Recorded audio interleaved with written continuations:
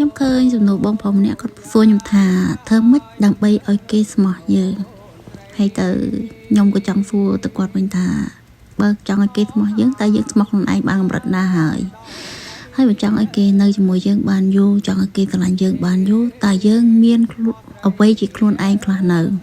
បើយើងដូចថាការងារក៏យើងមិនទាន់មានងាកទៅមុខរបរក៏យើងមិនទាន់រឹងពឹងនិយាយទៅចំណូលប្រចាំថ្ងៃបញ្ញោប្រចាំខែប្រាក់ខែដែលយើងអាចចាំខ្លួនឯងវាអត់ទាន់មានអញ្ចឹងណាហើយដល់ពេលយើងទៅជួបឪពុកម្ដាយគេយើងមានអីទៅជាស្មអាងជាមួយគេហើយចង់ឲ្យគេស្មោះយើងយ៉ាងម៉េចខ្លះហើយបើយើងមិនទាន់រឹងមាំខ្លួនឯងមកហ្នឹងអញ្ចឹងមុននឹងឲ្យគេស្មោះយើងស្មោះខ្លួនឯងសិនយើងត្រូវរឹងមាំខ្លួនឯងសិនថាយើងធ្វើអីដើម្បីខ្លួនឯងយើងស្រឡាញ់ខ្លួនឯងបានកម្រិតណាហើយបើយើងរកខ្លួនឯងមិនទាន់ឃើញគេកុំចង់រកអ្នកដទៃមកស្រឡាញ់យើងមកស្មោះមួយយើងអត់មានទេលើលោកតើតែយើងធ្វើអីដើម្បីខ្លួនឯងសិនចាំឲ្យគេមកផ្អែកស្មាជាមួយយើងតាមក្រោយត្រូវអត់បងប្អូន